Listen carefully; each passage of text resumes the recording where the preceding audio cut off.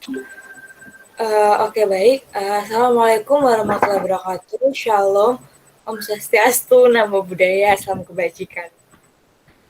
Sebelumnya, perkenalkan saya Karissa selaku moderator dari kelompok 2 yang akan mempresentasikan tentang ekuitas. Sebelum memasuki materi, izinkan saya untuk memperkenalkan anggota dari kelompok 2. Bisa di next slide, operator.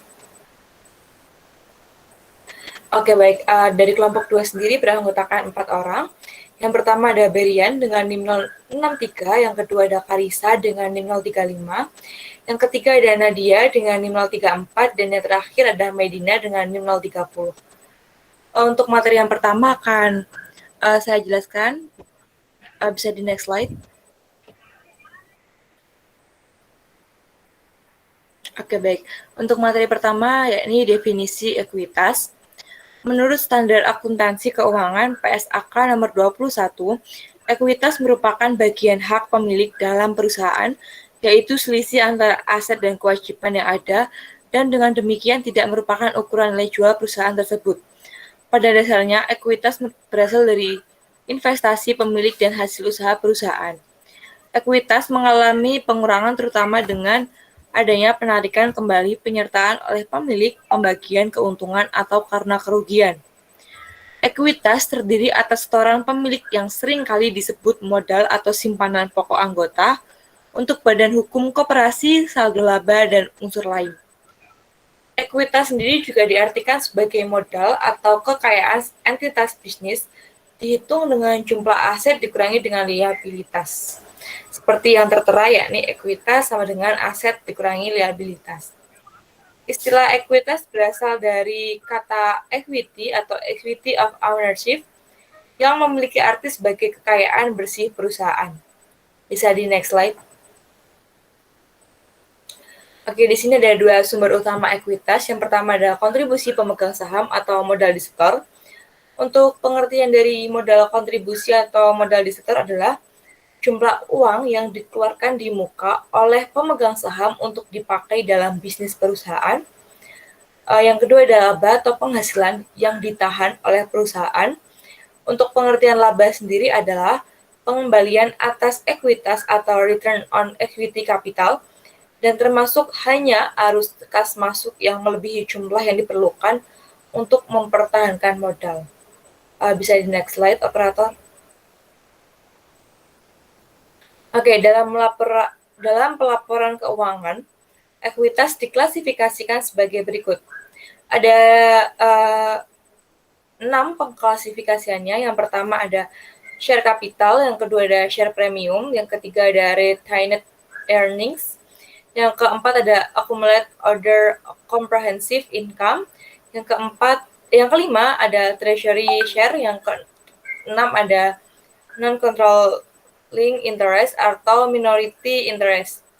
Dari sini jika kita menghitung berapa total nilai ekuitas adalah di share capital, share premium, retained earnings, OCI, dan non-controlling interest ditambah semua dikurangi dengan treasury share, yang mana treasury share sifatnya minus. Selain itu juga ketika AOCI yang loss, maka juga dapat bersifat minus. Bisa di next slide, operator. Secara umum di Indonesia terdapat 3 bentuk usaha, yakni yang pertama ada usaha pribadi, partnership, dan corporation. Untuk ciri-ciri usaha corporation sendiri ialah yang pertama ada bentuk usaha yang paling dipengaruhi perubahan hukum, yakni terdapat banyak aturan hukum yang bertujuan mengatur corporation yang mana harus diketahui dan dipertimbangkan. Yang kedua, menggunakan sistem saham. Sistem saham pada corporation adalah modal yang pertama, kemudian dibagi satu satuan saham yang dapat dimiliki oleh pemilik yang berbeda, yang mana dapat terjadi perubahan atau pergeseran pemilik corporation yang cepat. Yang ketiga, kemungkinan munculnya berbagai akun ekuitas, yakni dapat memungkinkan munculnya berbagai akun ekuitas yang ada pada laporan keuangan corporation yang dipengaruhi oleh perubahan hukum dan sistem saham. Bisa di next slide. Di sini ada hak pemegang saham dari setiap lembar. lembar saham. Yang pertama, membagi laba dan rugi secara proporsional. Yang kedua, ikut serta dalam manajemen atau hak voting secara proporsional. Yang ketiga ada membagi aset perusahaan corporation apabila terjadi likuidasi perusahaan. Dan yang terakhir, mempunyai hak untuk memperoleh lebih dahulu saham baru yang diterbitkan atau preemptive right. Bisa di next slide. Selanjutnya ada dua jenis saham, jadi ada saham biasa dan saham preferred. Untuk pengertian dari saham biasa sendiri adalah surat berharga dalam bentuk piagam atau sertifikat yang memberikan bukti atas hak dan kewajiban menyangkut andil kepemilikan dalam perusahaan. Pemegang ordinary share mungkin saja tidak mendapat dividen pada tiap akhir tahun, tetapi pemegang saham ini memiliki hak suara dalam RUPS. Untuk pengertian saham preferred sendiri, surat berharga yang mana pemegang saham mengorbankan beberapa hak pemegang saham atau hak voting demi mendapatkan keuntungan yang lebih pasti. Adapun ciri khasnya sebagai berikut, yakni kumulatif, participating, dapat dikonversi, callable, dan redeemable. Untuk materi selanjutnya bisa disampaikan oleh rekan saya. Baik, terima kasih. Di sini saya akan menjelaskan akun tambahan, yakni Disageo saham dan Ageo saham. Disageo saham ini adalah saham modal yang telah diterbitkan, kemudian penjualan saham reasurinya itu di bawah harga pokok. Setelah itu penyerapan kekurangan dalam suatu rekapitulasi itu terdiri dari kuasi dan reorganisasi. Kemudian pengumuman dividennya yakni likuidasi. Ageo saham. Ageo saham adalah saham modal yang telah diterbitkan, kemudian penjualan saham treasurinya itu di atas harga pokok. Modal tambahan yang timbul pada rekapitalisasi atau revisi pada struktur modal yang terdiri dari kuasi dan reorganisasi. Kemudian penilaian tambahan pada pemegang saham konversi obligasi, konvertibel atau saham preferred. Kemudian pada agio saham ini pengumuman dividennya itu saham kecil atau yang termasuk dengan saham biasa. Bisa next. Berikut adalah contoh penjurnalan issuance of shares tanpa par value. Video Electronic Corporation mempunyai 1000 lembar saham biasa tanpa nilai par yang diotorisasi. Jika Video Electronic Corporation menerbitkan 500 lembar saham secara tunai dengan harga $10 per lembar, jurnal umum yang dicatat adalah sebagai berikut. Kas sebesar 5.000 yang berasal dari 500 kali $10 itu dicatat pada debit. Kemudian modal saham biasa sebesar 5.000 tercatat di kredit. Bisa next. Penjurnalan issuance of shares dengan par value. Alphabet Company menerbitkan 1000 lembar saham biasa baru dengan nilai par $5, kemudian terjual senilai $15 per lembar. Jurnal yang dibuat adalah sebagai berikut. Kas yang tersedia yakni sebesar 15.000 yang berasal dari 1000 kali $5 itu tercatat pada debit. Kemudian modal saham biasa yakni sebesar 5.000 yang berasal dari $5 kali 1000 itu tercatat pada kredit. Kemudian agio saham biasa itu sebesar 10.000 yang berasal dari $10 kali 1000 yang tercatat pada kredit juga. Kemudian contoh selanjutnya yakni contoh saham preferred. Bioskop PLC menerbitkan 10.000 lembar saham preferred dengan nilai par $10, kemudian terjual senilai $12 per lembar. Jurnal yang dibuat adalah sebagai berikut. Kas yang ada yakni sebesar 120.000. Itu berasal dari 10.000 kali $12. Kemudian pada modal saham preferennya yakni sebesar 100.000 itu berasal dari $10 kali 10.000 yang tercatat pada kredit. Agio saham preferred yakni sebesar 20.000 yang berasal dari $2 kali 10.000 tercatat pada kredit juga. Next. Metode proporsional.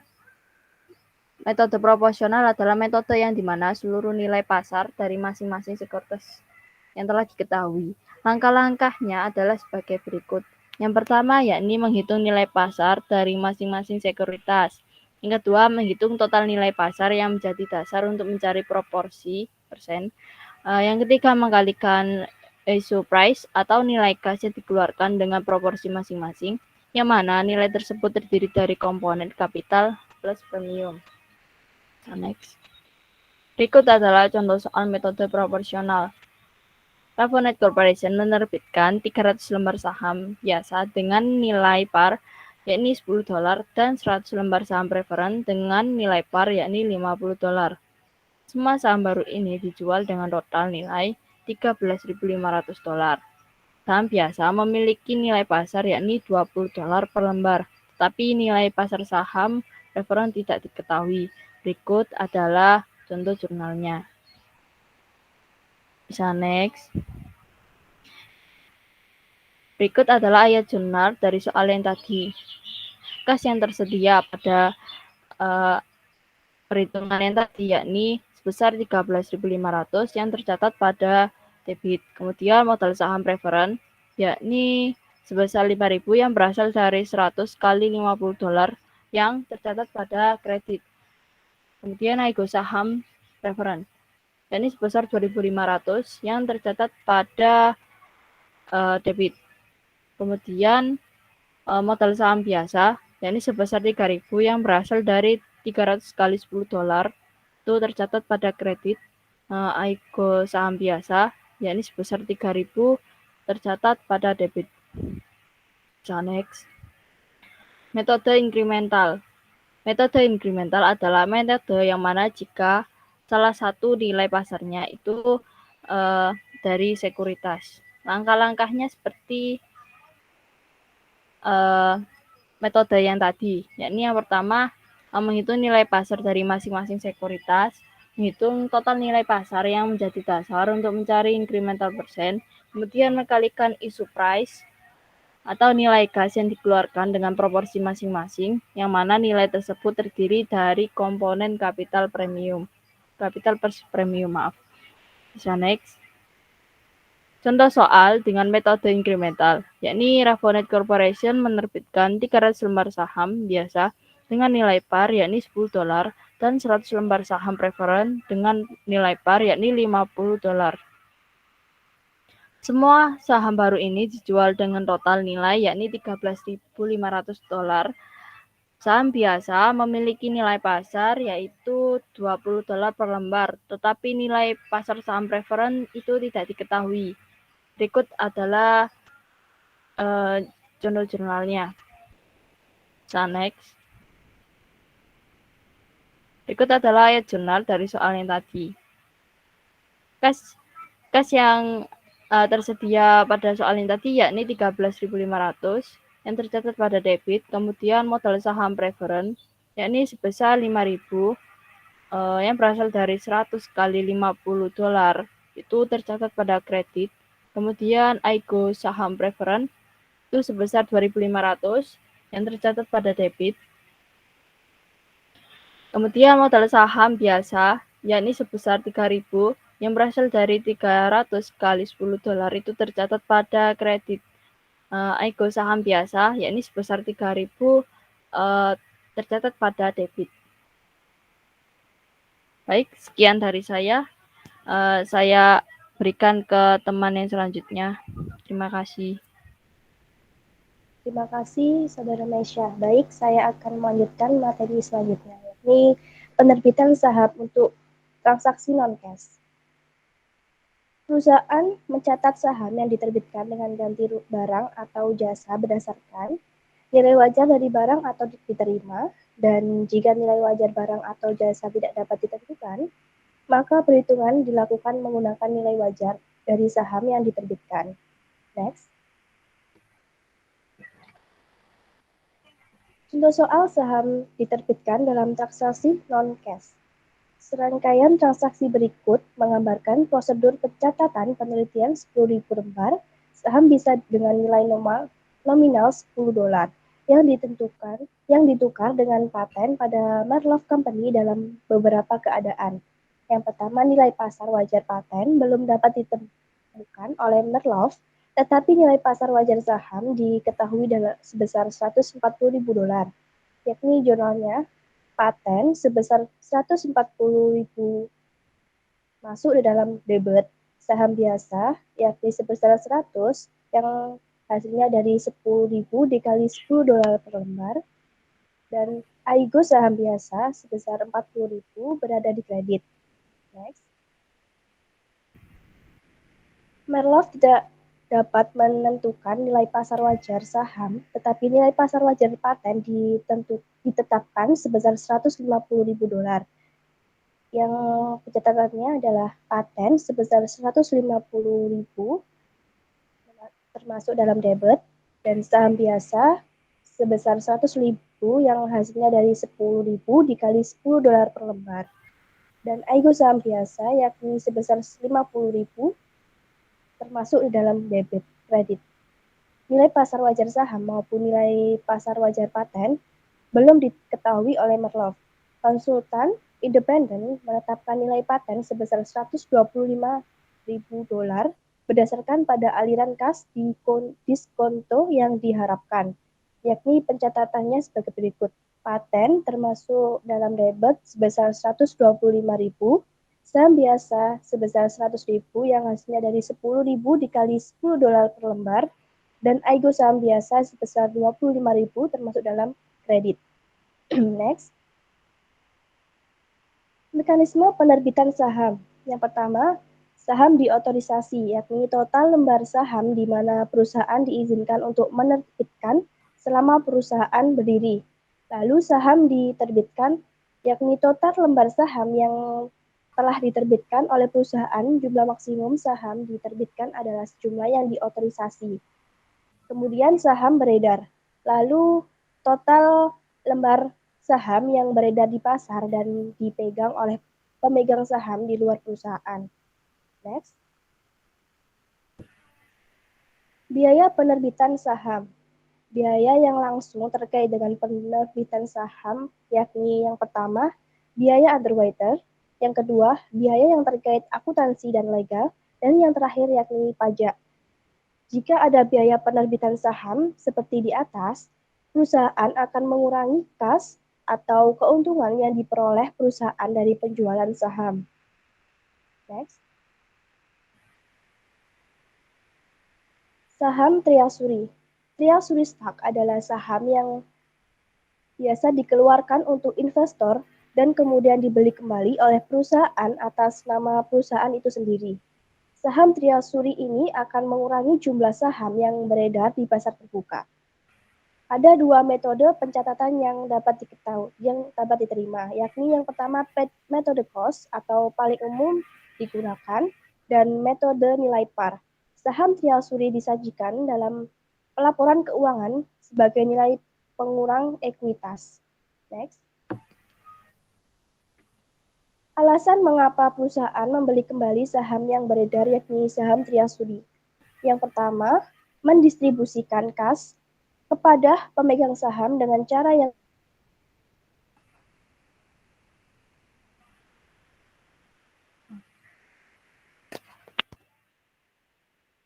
untuk benefit karyawan, dan yang terakhir yang keempat, mengurangi jumlah pemegang saham. Baik, untuk pemateri selanjutnya akan dilanjutkan oleh rekan saya, Berian. Baik, selanjutnya contoh soal saham Treasury. Pacific Company menerbitkan 100.000 lembar saham dengan nilai par $10 per lembar. Selain itu, perusahaan memiliki akun laba ditahan senilai $300.000.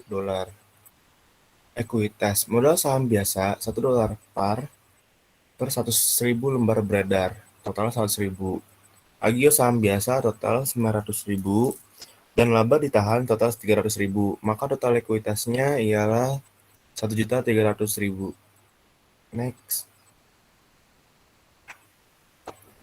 Pada 20 Januari 2011, Pacific membeli kembali 10.000 lembar saham dengan harga $11 per lembar. Pacific mencatat transaksi ini dengan jurnal berikut ini. Saham transaksi sebesar 110.000 dengan cara 10.000 dikali $11 pada debit. Sedangkan kas 110.000 pada kredit. Laporan keuangan bagian ekuitas akan menunjukkan informasi berikut setelah jurnal tercatat. Maka ekuitasnya di sini, modal saham biasa $1 par 100.000 lembar diterbitkan sebesar 100.000. 90.000 lembar beredar, agio saham biasa sebesar 900.000. Laba ditahan sebesar 300.000, dikurangi saham treasury sebesar 110.000. Maka total ekuitasnya ialah 1.190.000. Next. Contoh jurnal penjualan kembali di atas biaya perolehan. Jika harga jual saham treasury sama dengan biaya perolehan, perusahaan mencatat penjualan saham treasury dengan mendebit akun kas dan mengkredit akun saham treasury. Jika harga jual saham treasury lebih tinggi daripada biaya perolehan, perusahaan mengkredit selisihnya ke akun agio saham treasury. Sebagai contohnya, pada tanggal 1 Juli 2019, PT Sandiaga Uno menjual 10.000 saham yang dibeli sebelumnya dengan harga jual 10.000 per saham. PT Sandiaga Uno semula membeli saham-saham itu dengan harga 8.000 per saham. Ada jurnal yang dibuat PT Sandiaga Uno untuk menunjukkan dampak keuangan dan penjualan saham treasury, yaitu pada tanggal 1 Juli 2019, kas sebesar 100 juta pada debit. Saham dibeli kembali sebesar 80 juta pada kredit, dan agio saham dibeli kembali sebesar 20 juta pada kredit. Next.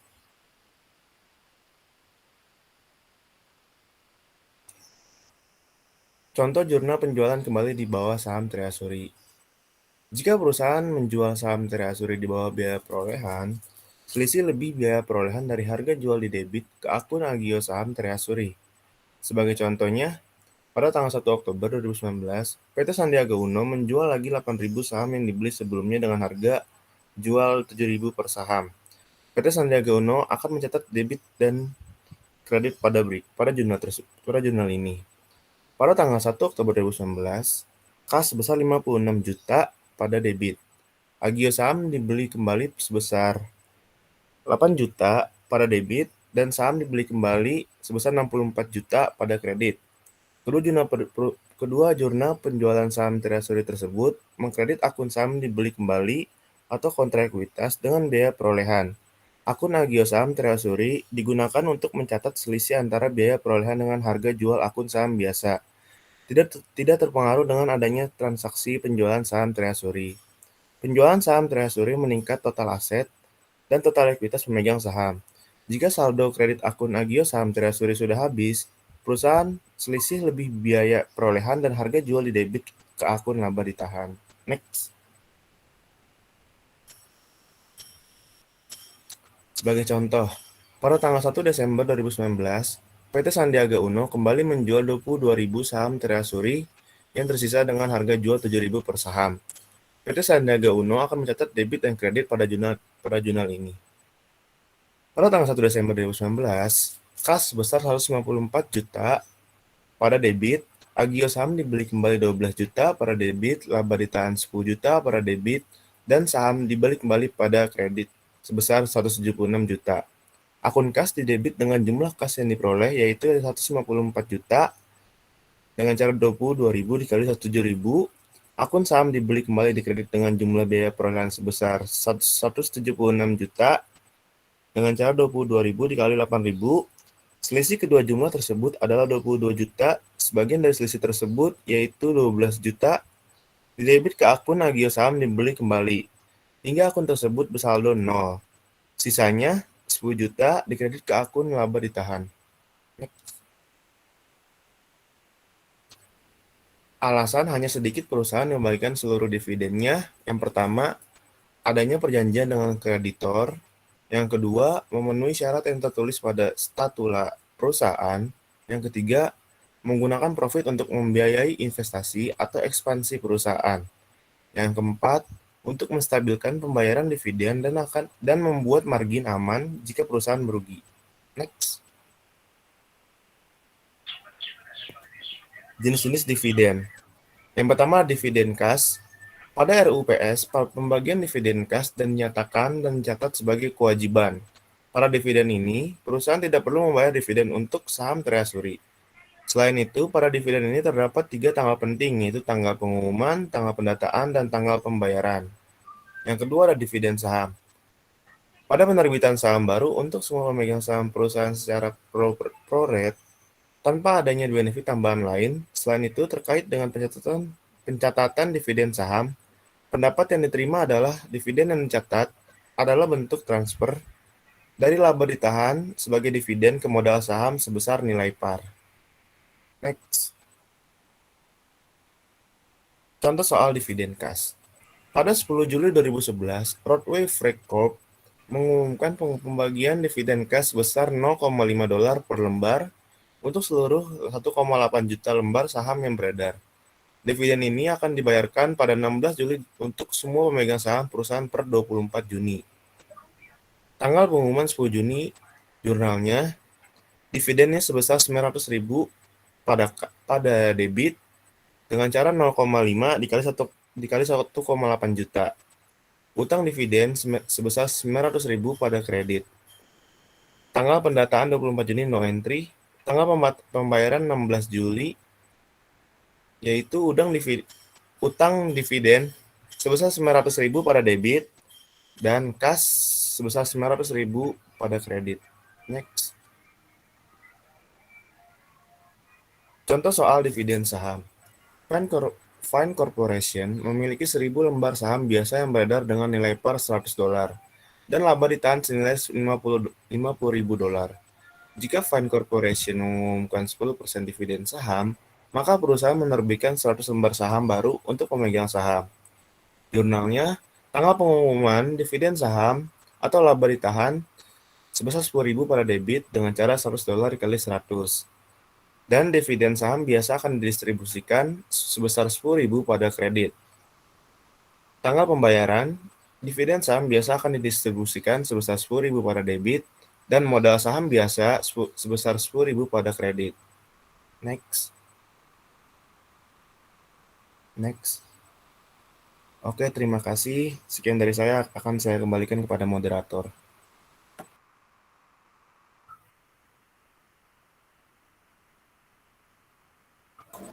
Oke, baik. Terima kasih kepada seluruh pemateri yang telah memaparkan materinya.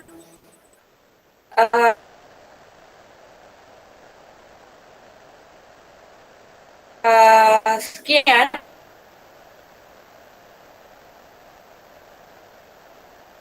presentasi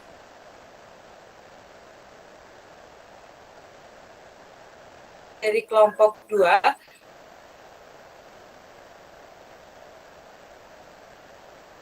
Mohon maaf apabila ada salah kata maupun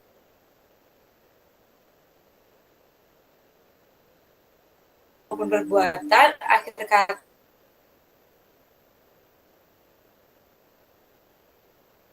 wassalamualaikum warahmatullahi wabarakatuh.